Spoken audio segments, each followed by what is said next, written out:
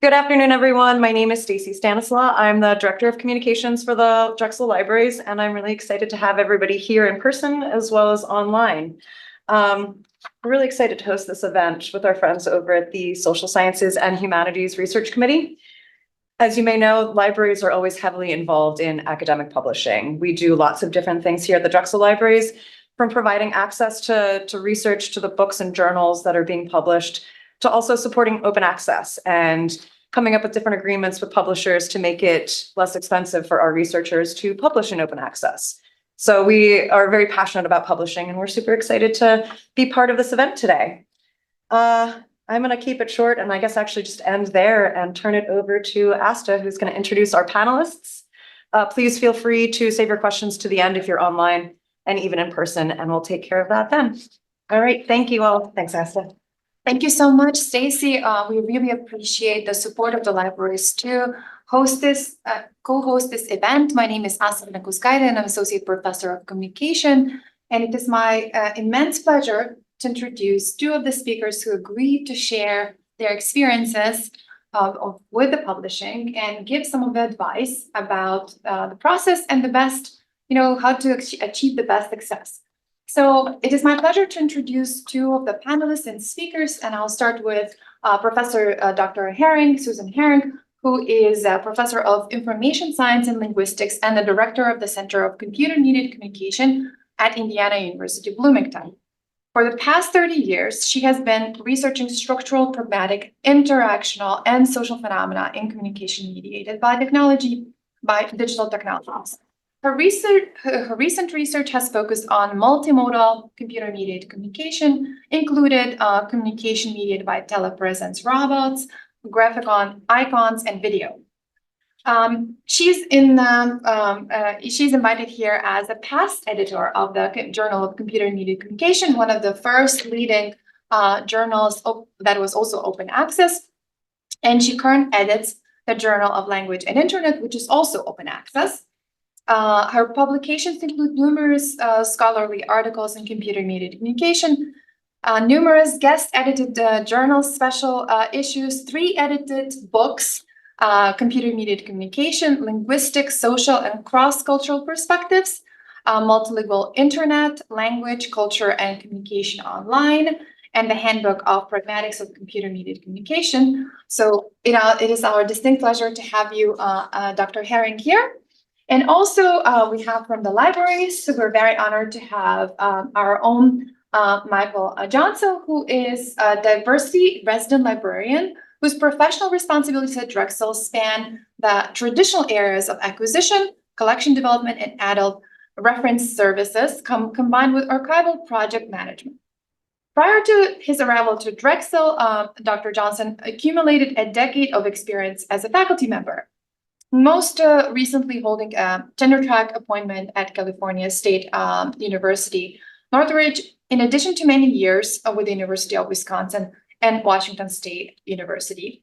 So he's an author of nearly 20 peer-reviewed journal articles and book chapters, which can be found in publications such as Journal of Men's Studies, Studies of Contemporary Culture, the Journal of Prisoners on Prisons, Journal of New Media and Culture, and so on and so forth. So he regularly presents his research at regional, national, and international conferences. So it is my distinct pleasure to have two experts who have extensive experiences with publishing. So today we will cover two broad topics. The first one is about the practice of publishing in various venues. And the second the second big topic that we will cover is about the open access and what does it mean to publish open access. Me, myself, recently being published with the open access book. I truly value open access as a practice, but I wanted also to hear about, the history, the roots of it, and kind of consequences today. But let's start with the publishing and hearing a little bit about the editorial process, because many times as the ones who are submitting the work to many of us are interdisciplinary in this group, and also interdisciplinarity has some kind of specific element of publishing. So let's start with that. So first of all, I would like to ask Dr. Herring to tell us a little bit about her editorial experience. Can you just tell us how did this start, and how did it evolve over time, being your involvement with the editorial process? Sure. The Journal of Computer Mediated Communication was founded by Margaret McLaughlin at the Annenberg School of Communication in Southern California, together with Shazad Raphael in Israel in 1995, I believe it was, when the first issue was published. And it was published open access, but it was Margaret and Shazad themselves kind of did all the work. And so I had published in JCMC. In fact, I had guest edited a special issue of JCMC, and so I had worked with the journal already and valued it tremendously. In 2004, Margaret McLaughlin, who by then was the sole editor, decided that she was tired of doing it. She'd done it for a long time. And so she gifted the journal to the International Communications Association at the same time as she offered it to me to be the editor. And that was an interesting confluence of events, because I ended up having to deal with the ICA in ways that actually they wanted to not make it open access. And so I've struggled to keep it open access. But so that was how I became editor. And then from that point on, the ICA had regular 3-year editorial terms. And so there have been successive editors since that time. Then in 2008, which was when my editorial term ended at JCMC, I took on the editorship of a small niche journal, Language and Internet, which is focused on linguistic approaches to analyzing mediated communication. And that journal was founded by Dieter Stein in Germany as part of an open access initiative from the regional area of North Rhineland. In 2004, the journal was founded, and I have been the editor-in-chief and managing editor since then. Thank you. And I think, your initial conversation about being an editor speaks and touches on this question of interdisciplinarity, which is at the core of many scholars these days. So probably if you can briefly or elaborately tell us, what does it mean to be an editor of the interdisciplinary journal, and what does it mean in your experience for scholars to submit to such journals? Mm-hmm. So the field of computer-mediated communication is inherently interdisciplinary. And so the journal, even though it was at that time now owned by the International Communications Association, and it had been started by communication scholars, but we received submissions regularly from people coming out of business, of psychology, of linguistics, but social sciences in general, not so much humanities. And that was challenging for me as editor, because I didn't necessarily have the background in all of those fields. For example, some of the work that came out of business approaches used a statistical approach called structural equation modeling, which I was not familiar with. And it was difficult sometimes to find reviewers who were knowledgeable, who could evaluate that methodology. But it was certainly educational for me to learn about these different approaches. But as I say, because the field itself is inherently interdisciplinary, it was expected that we would be, and we encouraged, in fact, submissions from different approaches. There was nothing that said you had to have a particular background or come from a particular discipline in order to publish in this journal. Mm-hmm. So my kind of next question is relates to this idea of, because we all want to be successful when we submit to the journals, and particularly journals. So 2 questions probably. How do you pick the right journal? Which is probably a question that for any junior scholars, but not only, people who navigate fields, how do you pick the journal? And what would be your advice as a journal editor, and for you, Michael, as member of the editorial board, what advice would you give to people how to pick the journal, or how to pick your journal that you're familiar with? So what would be some guidelines? Oh, why people would pick the Journal of Computer Mediated Communication, for example? I think the main answer is that it especially during my editorship and thereafter, it has gained a lot of prestige. And so it's a journal that people want to publish in because it's ranked very high and gets cited a lot. It also has a fairly low acceptance rate. I think by the end of my editorial term, we had about 13% acceptance. So difficult to publish, and so people would want to do it, obviously.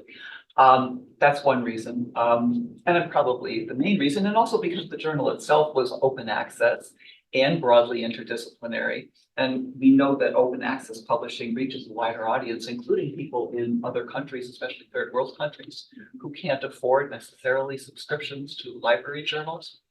And so it definitely corresponds to, open access corresponds to a wider reach, more citations for your work. I think that's probably a big reason why people would have chosen JCMC. Now, JCMC is not the only journal, and I think it's very rare that you have to publish in a particular journal.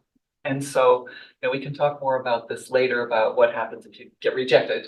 Yeah. But I mean, when I think about where to publish, I don't always automatically go for the most highly ranked journals. I think about what audiences I want to reach. And I might also think about what journals am I most likely to get accepted in. And that would be determined by, in my case, I'll look at the editorial board and I'll see what kind of work those people do on the editorial board. And if it's work that I think they would understand my work, then I would feel more likely to get accepted in that journal. I'll look at their journal's acceptance rates also, because sometimes I have an article that I just want to publish quickly. And I'd rather get it out in a, you know, not necessarily top tier journal if it would get out more quickly, than to go through the process with JCMC and many top tier journals where it can take years to get an article published. Michael. Yeah, it's a good question. You know, I'm on the editorial board of the Journal of American Culture and the Journal of Popular Culture. And, you know, when you mentioned the delay, I know that that's, you know, continues to be, you know, an issue, not just in STEM fields, but also in, you know, interdisciplinary fields. At one point, I think the backlog for the Journal of American Culture was at least a year from the time that you submitted something to when it, you know, actually came across someone's desk for review. But I think one of the standards has to be, what are you trying to accomplish? So if you're trying to accomplish getting a job, you know, obviously your ability to target where you want your work published matters, you know, more in terms of the choice that you're making and where you want to publish versus if you're trying to get tenure, right? So the objectives are different. And so that has to condition, you know, the way in which you're targeting your work. I think that also the other issue tends to be obviously acceptance rate and impact factors as qualitative ways of looking at, you know, what is the value of publishing in a particular outlet. But I also think that you have to think about, you know, what is the likelihood of you getting published if you lower your expectations and aim for something a little bit more accessible, because sometimes, depending on the rationale for why you're pursuing that publication, you know, numbers matter. And so you may not necessarily always publish in top tier #1 journals, but if you have 4 or 5, you know, articles in lower ranked journals, that's also just as valid. So I think that there's different ways to target your publishing objectives. Thank you, Michael. And I think you mentioned kind of 2 different phases. Could you give us some of the examples for, you know, the initial getting the job kind of phase versus the tenure phase? You kind of distinguish them. If you would like to elaborate with some of the examples. Yeah, so I'll give you one example. So this is just a quick anecdote. So I had a friend of mine when I was working my PhD at Washington State. He was in sociology, and I don't think he will mind me saying his name. His name is Justin Berg, and Justin got published, I want to say it was Sociological Review. I can't remember what it was, but it was at the time, it was probably the #1 or #2 journal at the time of sociology. And I remember he at the time he didn't have any publications, and he got published in that particular publication. And that was all that it took for him to get 3 campus interviews, right? Because of the prestige associated with it. And I remember him telling me that, and I was like, "That's ridiculous." But it matters in terms of where you're targeting and what your objective is. So sometimes, if say, for example, now he was trying to get a job at a Research One institution, right? So when you're doing that, obviously the type of journal matters and its impact. Whereas if you say, for example, you're trying to get a job, this is your first, you're in a tenure track, but it's your first position, but you're trying to get a position at a community college, well, you don't need to make that your objective. You can, look for, journals that have, less difficult publishing circumstances. And so that matters, right? So I think that's one element of the calculus you have to make when deciding where to publish. Absolutely. And I think that what I hear from this conversation, that your kind of publishing venues in part are tied to your identity as an academic in a certain way, or it could be viewed, especially in the initial phases, as your capacity, a reflection of your capacity of publishing, but also your areas of your interest in a certain way. So I want to go back a little bit to the percentages of acceptance, because I think this is kind of a relevant component. It's an indicator of prestige, but also, how to feel about it. If you can elaborate, Susan, a little bit about that.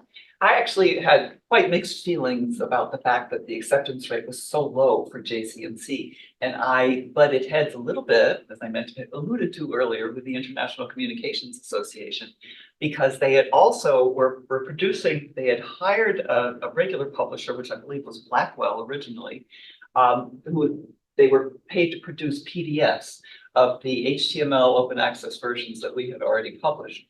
And they wanted to limit the number of pages because they were paying Blackwell per page or something. And so they told us we could only have so many pages and so many articles per issue. And I kept wanting to publish more, right, because if the work was worth publishing, I felt like it should be. And so I was publishing long issues, 16 articles per issue 4 times a year. Yeah. Because there were that many good articles that were submitted. And the reason the acceptance rate was so low for JCMC was because we were flooded with submissions. The volume. Yeah, but there's another reason that the acceptance rate was so low, which is that a lot of journals, I don't know what your experience has been, but both with JCMC and with Language and Internet, we get a certain number of submissions, typically from people in South Asia and maybe East Asia, that are just not appropriate at all, or the Middle East as well, that are just simply inappropriate, either because they don't adhere to standards of academic publishing in one way or the other, or the topic is completely not relevant, like they didn't even bother to look at the website. Yeah. And so these get rejected, and then that lowers the acceptance rate. So I want this to bring us back a little bit to the very beginning. Right? Imagine we're talking to junior scholars who just start getting into publishing field, because we kind of make assumptions about, that we've alluded to some of the things, such as like acceptance rate, prestige. How do you even start mapping where to look for your basically pool of the journals? I don't know, Michael, would you like to? I mean, the way that I did it was I just looked. You set up a number of criteria, obviously, but I think the way that you start, at least the way that I started, was, working on your dissertation. You start to see a lot of the same kinds of publications over and over again, where you're starting to see repetition. So that kind of gives, yes, and the same journal title. So you start to see that, and I think that will give you a good idea of the field and where you're likely to be drawn to, and then if you look into that more, you'll start to see some lots of journals will have, well, these are the most cited ones on the journal website that say, well, these are our most cited articles, or these are the most popular articles. So you'll start to see that, and organically you'll start to develop an idea of, well, where is it that I'm most likely to be interested in publishing in terms of, the subject. And then you can then narrow down and say, well, what is the acceptance rate? What is the impact factor? What do I want to accomplish? Absolutely. Thank you. And Susan, I would like to ask you to elaborate on that as an editor. What do you wish that, people who are submitting to the journals, what they should have known or whatever? Well, they should have looked at the journal website, and they should understand what the scope of the journal is, and we make it very clear what we expect to submit. And if they follow those guidelines already, that's a good start, right? Very often also there are word limits, and a lot of people submit articles that are too long. And I usually I'm pretty flexible. We have actually a 10,000 word limit for language and internet, which is very generous these days. Very hard to find, and I'm pretty flexible about it too. But I will typically say if it's 12,000 words long, if that's too long, you have to cut words before I'll even send this out to reviewers. We have to be respectful of our reviewers' time as well, and not send them articles that we think have no chance of getting acceptance, and not send them articles that we know are going to have to be cut down quite a bit. What's the point, right? So we look that they basically follow the rules when they submit their manuscript, and any manuscript that on the face of it follows all of our guidelines and is on an appropriate topic, I will probably send out for review. And it's up to the reviewers at that point. And sometimes probably some of the junior scholars here who are thinking, does the APA style matter formatting? What would you answer to that? It doesn't matter so much in initial submissions for JCNC, because if the article is accepted, you're going to have an opportunity to reformat it. Plus, we do have copy editors who check to make sure that the format is perfect at the end. No, that is not so important. I would say not at all. But I was going to say something else that I think that is rather important. Well, I'll also say that because I don't want to incorporate my personal biases too much into the process, because I do leave it up to the reviewers a lot. If an article is submitted that I don't personally find interesting, I'm not going to reject it. I'm going to see, does it look like it has scholarly merit? Does it look like it is scholarly? One of the things I always check is I look at the references, that there should be a substantial number of references. So if there's only, 10 references, that's probably problematic. I look at the structure of the article. I look to see that it's got a literature review, an introduction, a literature review. It describes its data and methods and results and discussion and conclusion. So you'd be surprised, a lot of manuscripts don't have some of those parts. And if it doesn't have a literature review or a methodology section, then it's not going anywhere. So I'm a nice editor with Language and Internet because it's a small journal and it's not that busy. So I can afford to do this. I will give feedback to submitters, even if something if there's a major flaw, but I think there's some potential. I will say, look, why don't you just add this and resubmit it, and I will not count this against you. I won't say that this was a rejection. We'll just say, I'm giving you this feedback and encouraging you to submit it again. Mm-hmm. Thank you. I think your comment about the references style is very generous, because I know that some of the venues are much more critical about this, and you could get the rejected just because you did not adhere formatting style. So thank you for sharing this alternative and very positive kind of perspective. Michael, do you have anything to add on Well, yeah, I would say that while Susan is nice, I am not, and I tend to be very strict. But a lot of the legwork is done at the associate editor level, so they won't again send things out to me as a reviewer that don't meet the basic standards and the conventions of scholarly publishing.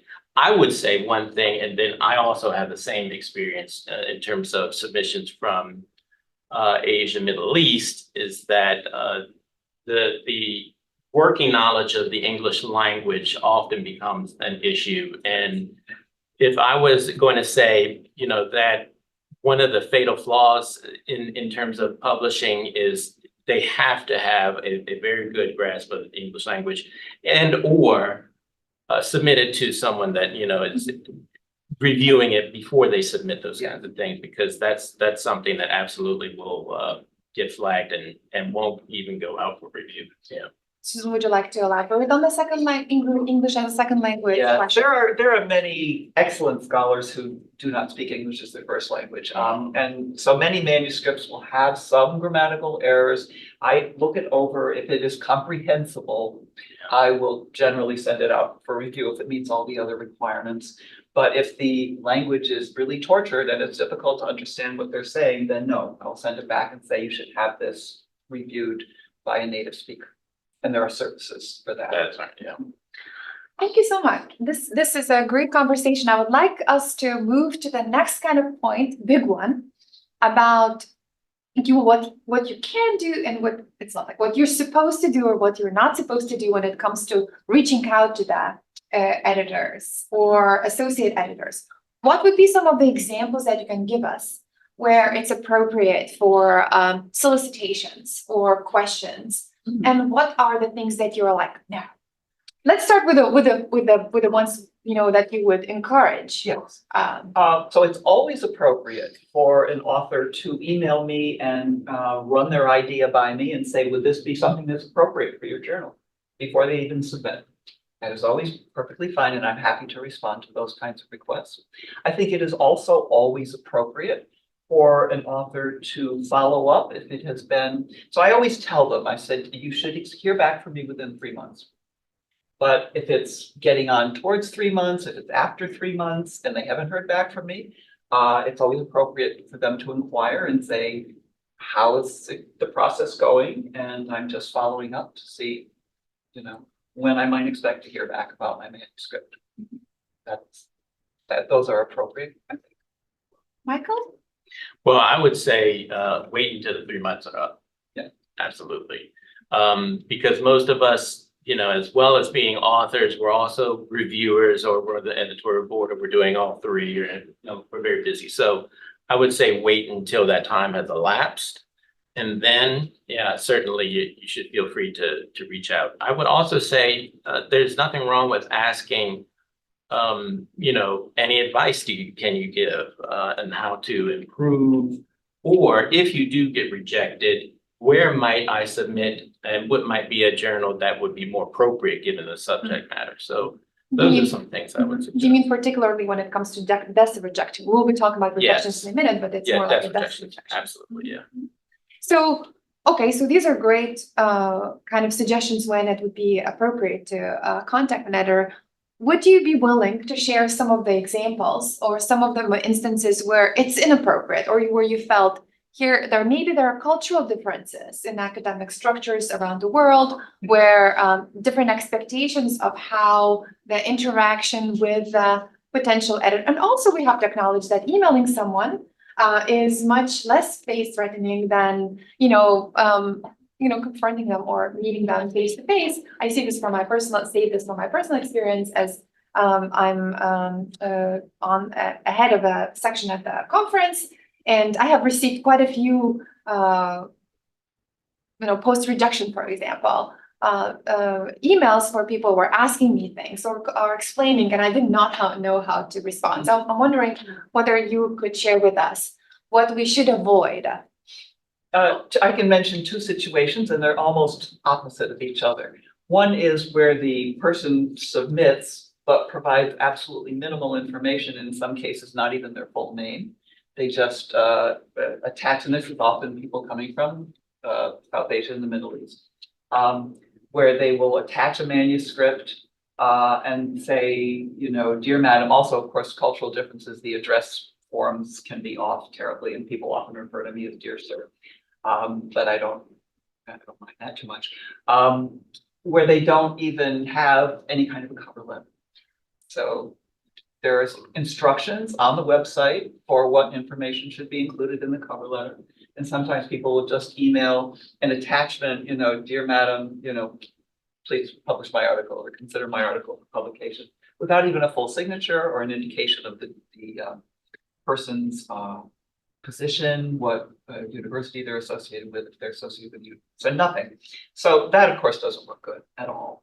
And typically those manuscripts have other problems as well. Another case, though, that I actually happened fairly recently with Language and Internet is a European scholar who was quite pushy, who sent me a manuscript saying, I have an opportunity to publish this elsewhere, but I'd rather publish it with you, but we need to do it quickly. And it's like, okay, well, let me look at it. And I looked at it and I thought, but it has some interest, it has some potential.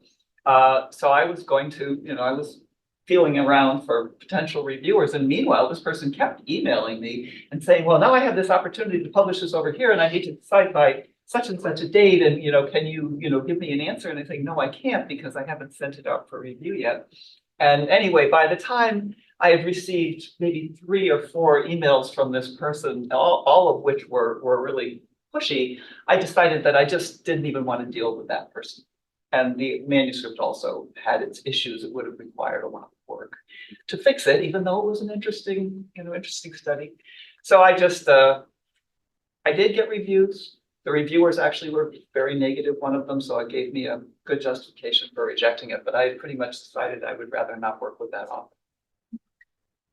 So what we learned from your example is that cover letter does matter, including all the elements that are in the submission expectation do matter, and how we communicate with, so basically maintain the professional communication norms in the email.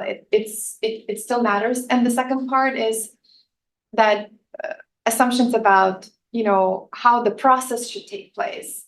There is a process, so assuming and knowing that there is a process rather than, identifying your own rules, how you think the process takes place. These are kind of 2 separate elements that we should recognize as authors in this case. Michael, would you like to share some of your? Yeah, I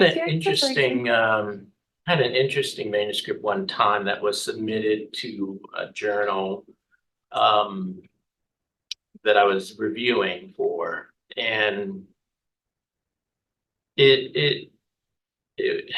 I would not characterize that the author plagiarized, but your initial interpretation might be that it was plagiarism.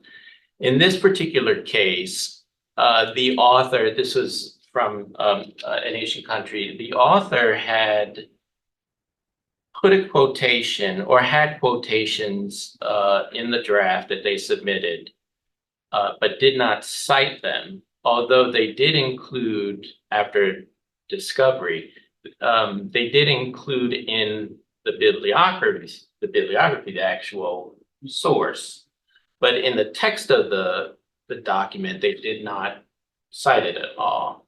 So, my initial reaction was to be a little cautious about what did that mean. And so I eventually consulted a senior colleague of mine and discovered that in some Asian countries, it's seen as a type of respect to copy word for word other senior researchers' work. And so it didn't necessarily conform to our cultural expectations of what scholarly research meant and how plagiarism is typically defined. So that was an interesting experience for me. But I would say, obviously, be careful of that and be attentive to the kind of standards of scholarly publishing here. If I can just jump in, and other no-nos. I've had a situation arise several times where I was contacted so I asked somebody to review a manuscript, and they came back to me and they said, I feel like you should know that I'm currently reviewing a very similar manuscript for another journal. Or I just recently reviewed what looks like the same manuscript for another journal. Would that constitute a conflict of interest? But maybe you also want to know about this because maybe the author is doing something not good, right? So in one case, so I always follow up with this. And in one case, I found out that they had submitted 2 very similar manuscripts. They were slightly different. to different journals. And so in that case, I decided to allow it to go forward. The reviewer sent me the other manuscript. I looked at them side by side, said, okay, yes, it is, the focus is slightly different. But in another situation where I saw that it was exactly the same manuscript that had been rejected from another journal, I think I ended up rejecting it as well because the author had not made any improvements based on the feedback they'd gotten on their earlier rejection. It got rejected in one journal and they decided, okay, we'll just try another one without changing it at all. So there's also those kinds of situations that come up and that I've been alerted to by the reviewers. Right. Thank you. I think this feedback that, take into consideration reviewers' feedback is critical for you to move forward with the next phase. So speaking about rejections, we're kind of naturally gravitated towards this space. On one hand, we learned how the review process takes place. We've heard a little bit about how, what are the expectations. So what is the process of, we talked about the acceptance rate.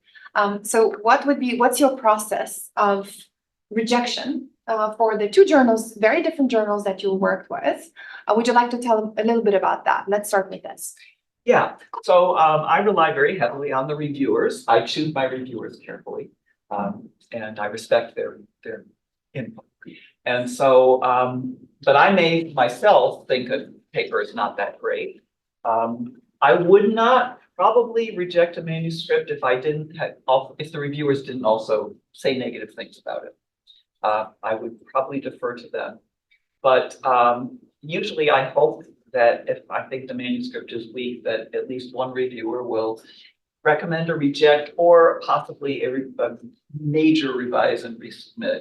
At least one. At least, right? And then I can also look at it myself, of course, and then I make the judgment. And I share the reviews and I explain to the author what the main concerns were.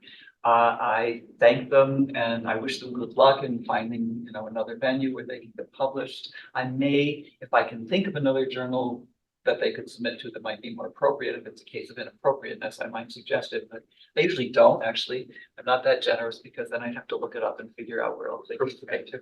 That's work. But that's the rejection process. And I don't think anybody that I've rejected a manuscript for has responded by being nasty to me. Actually, usually people are pretty polite and sometimes they thank me because I try to be supportive and constructive when I give them the rejection.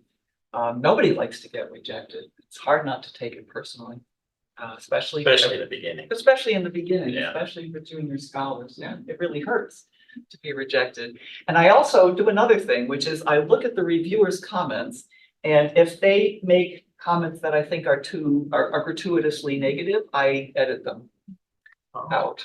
Yeah, I don't think that those kinds of comments should be passed on to authors if they have served no constructive purpose. Absolutely. If I may follow up on the desk rejection, you did not kind of touch that element. Would you like to tell us what constitutes desk rejection? Yeah, so if I get a manuscript that I think is just completely inappropriate for reasons that we mentioned earlier, it may be that the authors don't adhere to scholarly standards. The English may be incomprehensible. That usually is not the case, but that happens. Or the topic is not appropriate. And that happens more than you might think.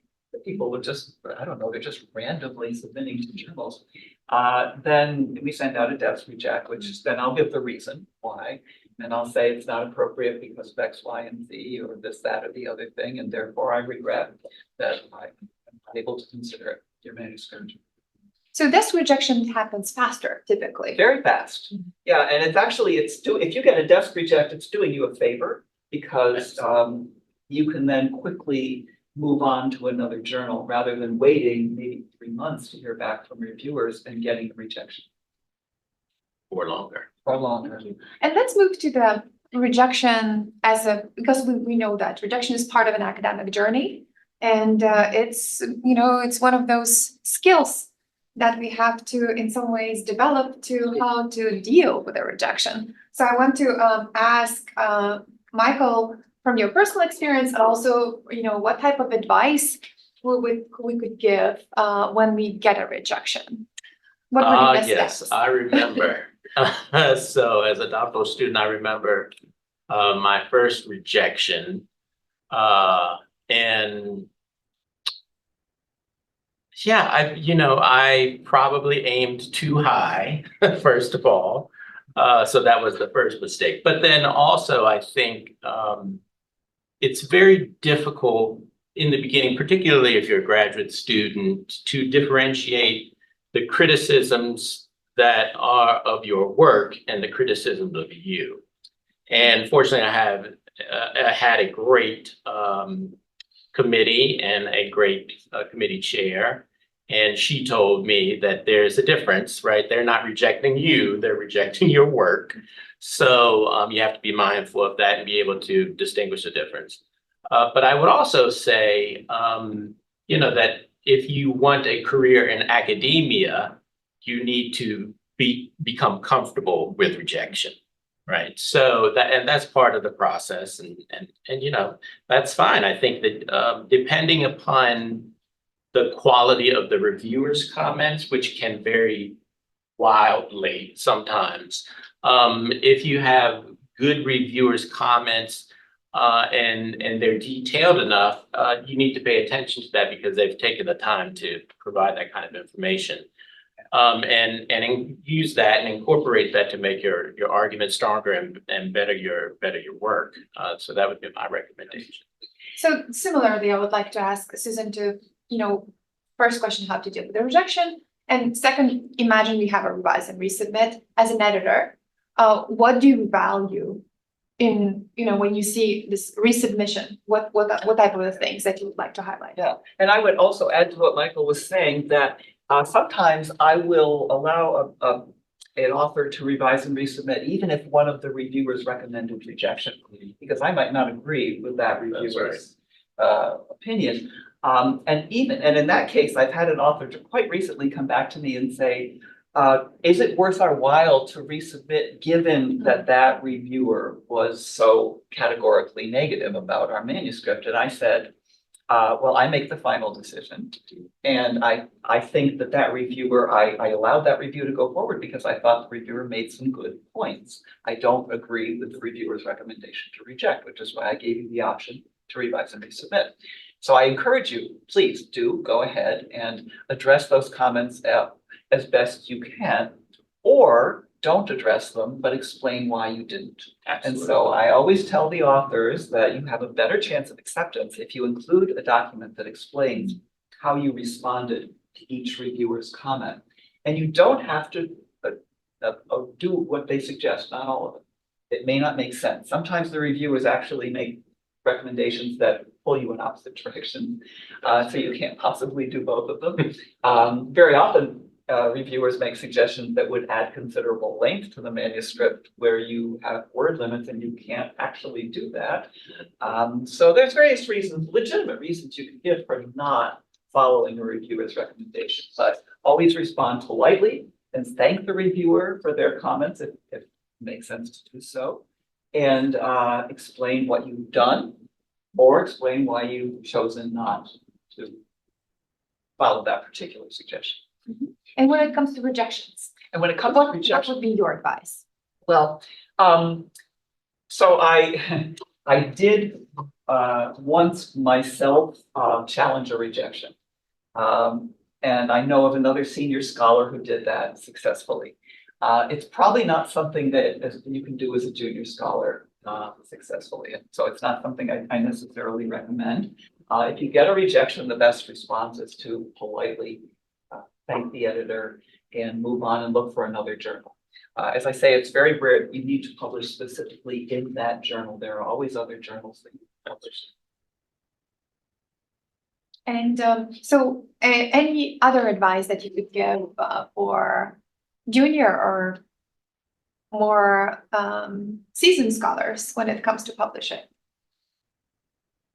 I would agree with all of that. I think that there are some cases that I have seen where, as a special issue editor, for example, I've had a review where one reviewer says, "This is horrible. it's a waste of time, and the other one says publish it immediately. And so then it's up to me to decide, same situation. But I would also say that in some cases where that happens, or it's a major revise and resubmit, for example, sometimes I have found that, and the reviewers have found that the author's letter in addressing the criticisms or the suggestions, the sophistication and the persuasiveness that the author made in that letter has made it possible that that particular submission gets published, because they were really persuasive in the rationale for why they're not going to do what was suggested. And I've seen that happen, and I think that that's a very valid strategy. I think that some people can do that, with great skill. And if that's the case, then go for it. And there are always alternatives. Yeah. So I would like also to move us a little bit to the question about edited or special edit volumes or special issues. This is a different kind of configuration where you have to bring people together. You both had experiences with this. Would you like to share a little bit of that? What's the process? How do you start that? Do you get invited? Do you solicit? How do you gather people together? Because both of you had successful experiences. Would you like to tell a little bit of those success stories to us so we would be inspired? Well, I will just say that quite a few number of colleagues of mine have had excellent results publishing in special issues. And I'm not sure that, now this is obviously subject specific, but I'm not sure that the standards are lowered. But I would say sometimes it's much easier to get published in special issues because the editors are different, and sometimes the reviewers are different, and it's a very specific focus. So that may, matter in terms of your chances of getting published. And in fact, my dissertation chair, I'd say that in her very early career, she published almost exclusively in only special issues and had great success in terms of journal articles. So I would say that there are absolutely things that if you're a junior faculty member or, a doctoral student, it's something you should investigate and really consider strongly. Do you say that it's related to the fact that, and then it's like many times it's invited? Absolutely. Yeah, absolutely. Right, and I agree with all of that from the perspective of you, the author. And I would also add, and especially now if we're talking maybe with some more mid-career researchers, that it can be very advantageous to guest edit special issues. Yeah. Because if no other reason than when people cite the articles that were published in a special issue, they should also cite the editors of the special issue. And so you get more attention, your name gets out there more. And you become associated with this area, whatever the special topic is. In terms of book publishing or chapters in books, it depends a lot on your discipline whether book chapters count for, how much they count for. So I came out of linguistics where book chapters were very common and they do count for quite a bit. Now I'm in information science and book chapters don't count as much. So you have to consider that. But as an author, you have some of the same advantages with the edited collections that it's probably easier to get accepted. You may even be invited, oftentimes based on a panel at a conference. All three of my edited collections that you mentioned came out of conferences, where in one case it was a panel that I had organized and an editor came up to me afterwards and said, would you consider editing a collection for my series, John Benjamin. And in another case, it was where I looked at a bunch of papers and I saw similarities and I said, these would make a nice edited collection. And I talked to publishers who were there at the conference. That was the International Historical Linguistics Conference. And then we made the arrangements at the conference, through the conference. And so that's an excellent way, I think, to create, for special issues as well, to create a coherent set of articles. But in all cases, I also put out a general call for papers to try to get, to open it up to other interested people who may have relevant contributions. And what I typically did It would be to require somebody to submit an extended abstract of between 500 to 750 words, long enough that you couldn't, BS about it. You had to actually have some analysis. And then based on those extended abstracts, we would invite full manuscripts. Proceed, but a disadvantage of publishing in an edited collection of books is that it often takes a long time because there are always some people who are late. So we started with a conversation of open access, and I would like to kind of close this, very interesting discussion and engaging discussion with the question of open access. How do you see it evolved over time, and how do you see the future of it? And what's your when it comes to publishing? How do you see that? And especially from the library's perspective, are there any initiatives that incentivize or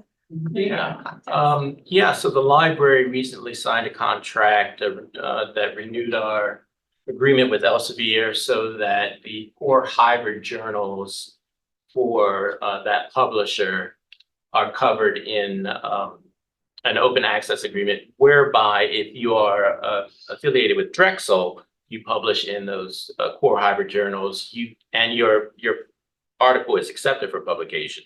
You have the option of publishing open access, and the APC is waived. So we also have some other agreements as well, where Drexel affiliated authors, if they have their articles accepted for publication, they can also do that. So it just depends on the field, but as long as they have a Drexel email address and they happen to be the corresponding author for that article, they might qualify. But my personal experience with open access was that and it was absolutely coincidence, but it was during COVID. And I ran across a call, and it was a special issue for Humanities, Social Science, Communication, which used to be called Hall Grade Communication. And it was a call that asked about COVID and COVID affiliated articles. And during this very small window, they were waiving the APCs if you had something accepted on that particular topic, and I did. And once it came out as open access, I saw a dramatic increase in exposure for that particular article, not simply just in citation, but also in alt metrics. So I would say it's absolutely something that people should pursue if they can do so, cost effectively. And Susan, what you have seen over the years? I am deeply committed to open access, no fee open access. Yeah. And I've managed to do that because I had the support of my university when I was the editor of JCMC. I volunteered my time, although I got a course release from teaching. And I also got a little bit of money to pay an editorial assistant. And so we were able to do it very low cost. And keep it completely open access. As I say, I butted heads with the ICA about that because they wanted to make it a subscription based like their other journals.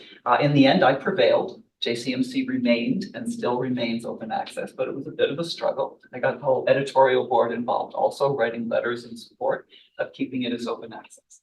Now with Language and Internet, because it was hosted by this German initiative, which paid the expenses, we were hosted by a server in Germany until very recently for free, everything completely free.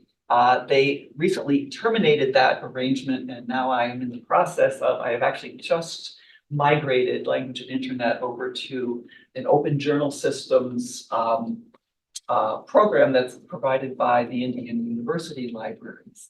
And so again, thanks to the libraries for keeping open access alive, and Language and Internet is a no fee, completely open access channel. Absolutely. So the final words of encouragement, I guess, to the authors who are in the process, who are all publishing, what would be your inspirational final words?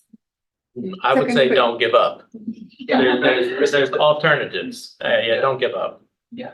And we publish because we need to get tenure, to get jobs and so forth, but we also publish to share our research with the world. And there's a it may feel like a struggle, especially in the beginning where you're writing these articles. You're not sure who's reading them or who really cares. But after a while, you start to get cited. You start to have articles respond to your work, and so you're in your conversation with other scholars, and then it all becomes more intrinsically rewarding, and not just instrumental. Sorry. So thank you very much for the audience for listening. Let's thank our panelists. Thank you so much. And then we can start the informal Q&A. And if anyone in the audience wants to unmute and ask questions, or you can type in the chat and I can read them out loud. Yes. Do you have any advice for like a mid-career person who wants to publish in like more prestigious and hard to get into journals? Like if they're not done more recently publishing in like, you know, areas that are like special interest areas or something, but now I want to go back and like try to really get those hard to publish in journals. Yeah, I think you should just try, because you may not know, right? Because we don't know what kind of manuscripts are received at journals that we're submitting to. But one of my experiences then that when I started to review and I saw the quality of manuscripts that were being submitted, that were sent out to review, I felt encouraged, because I felt like, oh, gee, I could do that. I could be as good as that.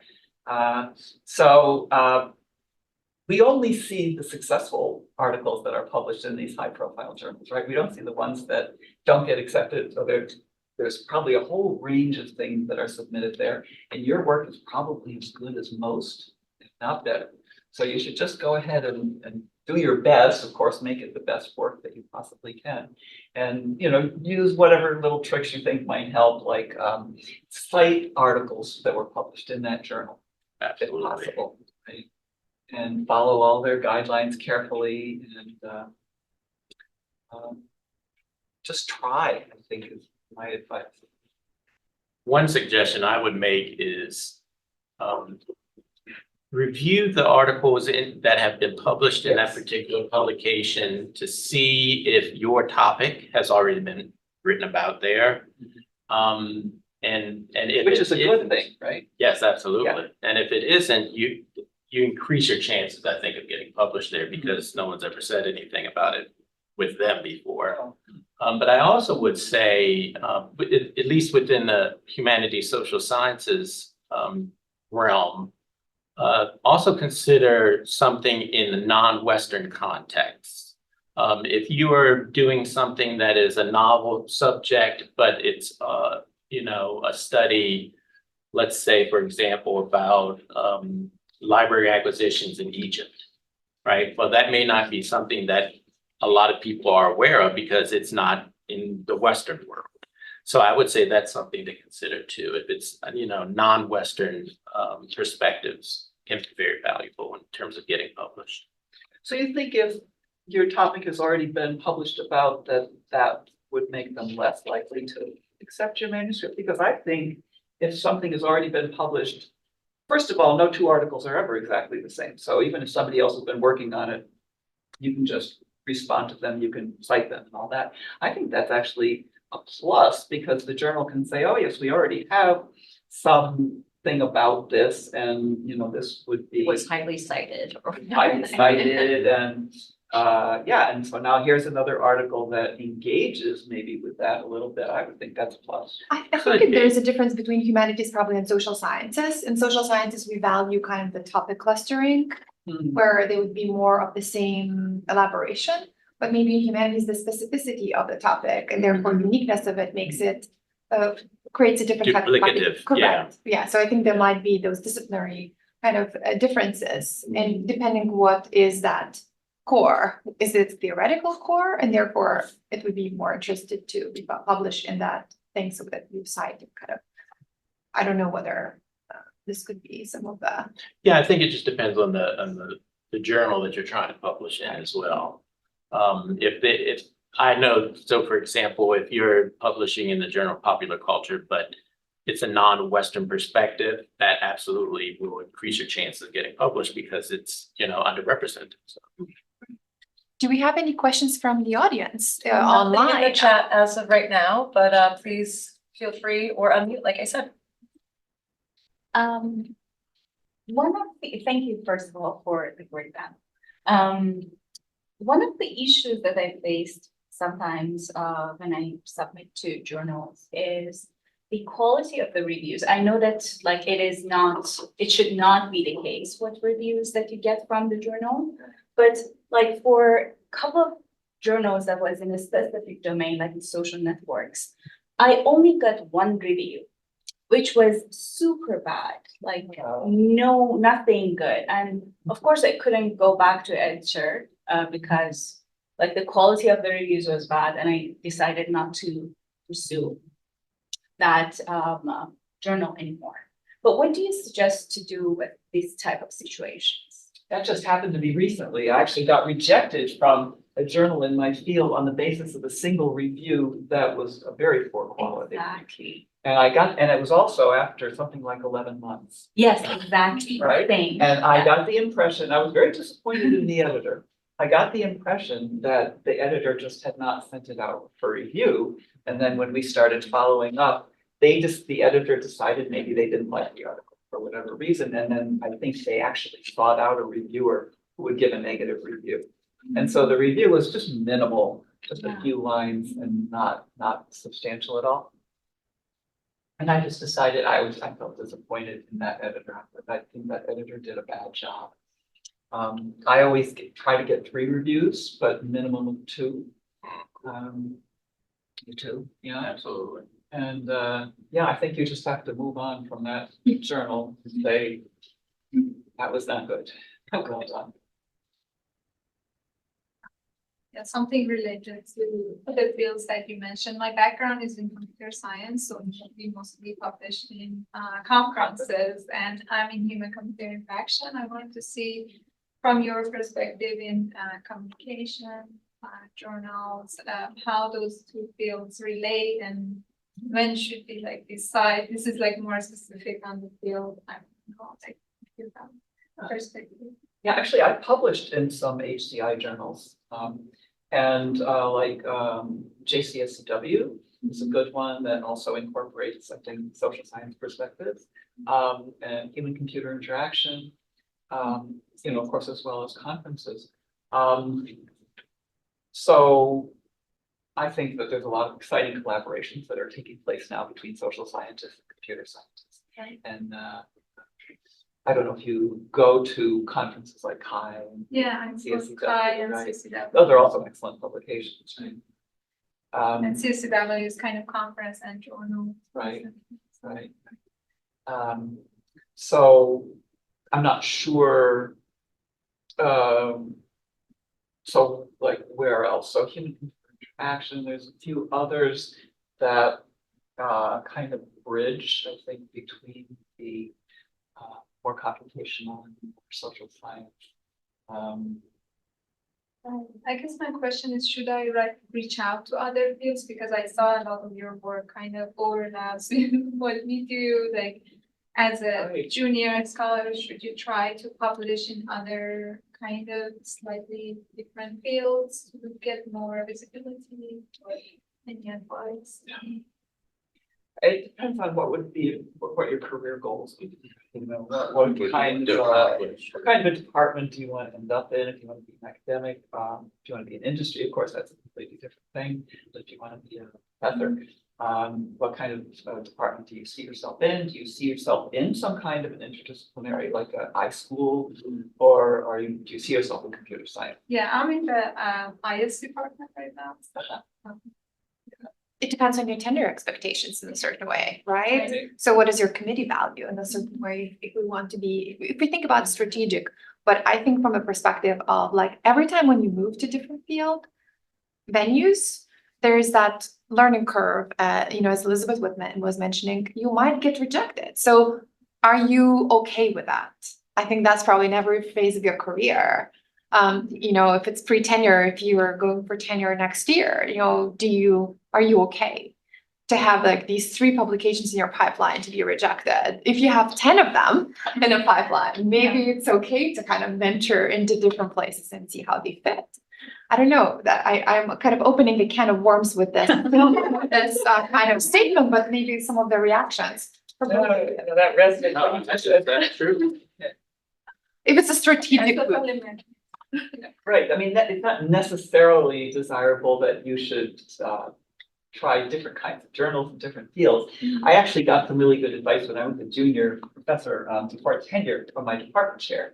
And he looked at what I had published, and I had actually come from a completely different background. My dissertation was on in linguistics, historical linguistics, tension aspect and oral narrative in Tamil, which is a Dravidian language spoken in the south of India. And then I finished my dissertation, and then I started switching over to studying computer mediated communication. So I had all these disparate kind of publications. And my department chair said that I should focus in and become known for one area, try to become famous in one domain. So then I started focusing more and more just on the CMC. That served me well. So you maybe don't want to just spread yourself out too much, depending on what you're working on. Though you may have a topic that would speak to different audiences. Yeah, makes sense. I mostly publish in CHI and CCW, so I was wondering if I should publish in other journals. We should probably publish in journals because there are some journals always count for a lot, journal publications. And in some fields, the conferences don't count as much. Yeah, makes sense. Thank you. First of all, thank you for sharing this valuable information. And as an editor or reviewers of the paper, do you think the title of the paper is really matters? Title? Not at first, no, because we can always suggest that you revise it later on. When I search a lot of Google Scholar, that kind of papers, some titles are so eye-catching. They looks like really interesting, or some titles looks like really formal and just informal. So I was wondering what kind of title would be better to have. Guys, the only advice I would give would be not too long. You don't want one that goes over like 2 lines. But it does help having a hook. Yeah. Absolutely. Yeah, I think that if you have a hook, that will get people's attention, that can help. Absolutely. That said, my articles that have more descriptive, straightforward titles have been cited more. Well, they tend to get cited more correctly. Because if you've got a hook, like if you've got like a cutesy thing, colon, and then something else, the way people mangle the citation, sometimes they'll cite the first part, sometimes they'll cite the second part, or sometimes they just do other things with it. And so I do actually now think a lot about naming my articles in ways that are pretty clearly descriptive and also as general as makes sense.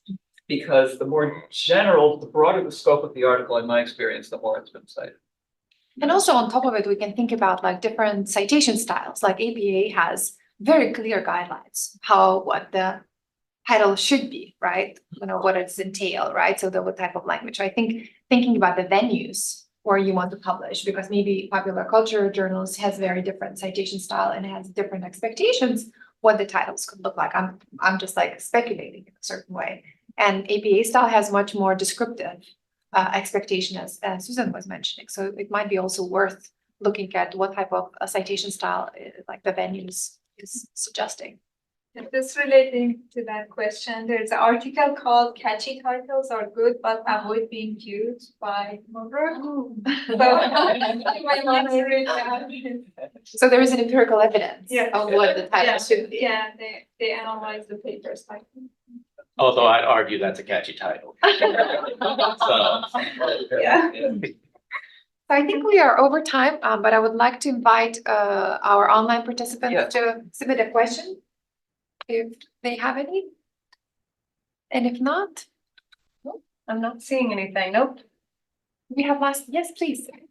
Thank you so much for the sharing and the information. I'm wondering for the open call for the special issues, if there are any suggestion where we should get this sources information?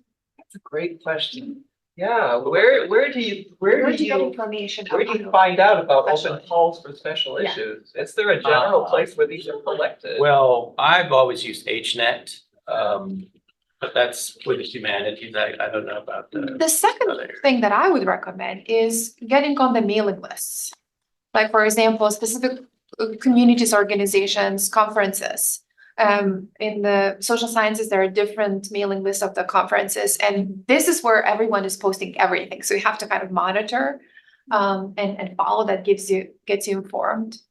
I don't know whether So, journals right, in have- my field, that would be the Association of Internet Researchers. Right. Would be one that has calls for special issues. Exactly. And then every once in a while, they just come across my email, the people randomly send them to me, and then I try to share them with my students, but you could also ask your professors if they get these, because I feel like I get mailed them a lot. So network. Yeah. Also, if you go to the journals that you're interested in, they post usually very openly if they have any special calls. Yeah. Yeah, For special. they should issues. actually. But network part. The network. Definitely. And go to That's conferences. And at conferences, there's a lot of opportunities that can come up. Where you Absolutely. hear what people are working. So as a junior faculty, you get all these emails about like frontiers and some things. And Oh. most of those kind of journals, like how do you check for validity and quality? I think Frontiers they're legitimate scholarly journals, but they have a very exploitative business model. It's very expensive. To submit manuscripts there, they've invited me to the editorial boards to submit to numerous special issues, and I always reply to them that I don't like their business model and I decline to participate with them in any way. That's my personal choice. What's the title of the journal? Frontiers. And they have different areas, frontiers in computer Right. science, frontiers in social, whatever, social sciences. But I've been approached about contributing to numerous special issues for different frontiers journals. And I now have a response that I email back and where I explain why I don't like their business model. But I do think they are, I think they are legitimate, and the people who were guest editing special issues are scholars that I respected, and names that I recognized, but I didn't want to participate myself. I did learn a few weeks ago that there is a list of predatory journals that you Yes. can access, and maybe the library knows where it is, but we Yes. could send it out to the social sciences, but there is like what's called predatory journals that you can know about and look them up and see. My answer would say, come see me or a librarian, because we would know. One way to check, there's Ulrichs, so that's a publication, Ulrichs. And Ulrichs, you can see if the journal is listed in Ulrichs, usually it's a legitimate journal. But there's a faculty member that started the list of predatory journals and he's kept it up, and if the name is on there, then you'll know that it's not something you want to pursue. Thank you. All right, so thank you so much. We are a little bit over time, but I appreciate you sticking around and coming here. So let's give another round of applause to our thank you so much to the libraries and the social science and humanities research group, and Elizabeth and Michael for advocating for this initiative. And I hope this recording will be useful for someone else.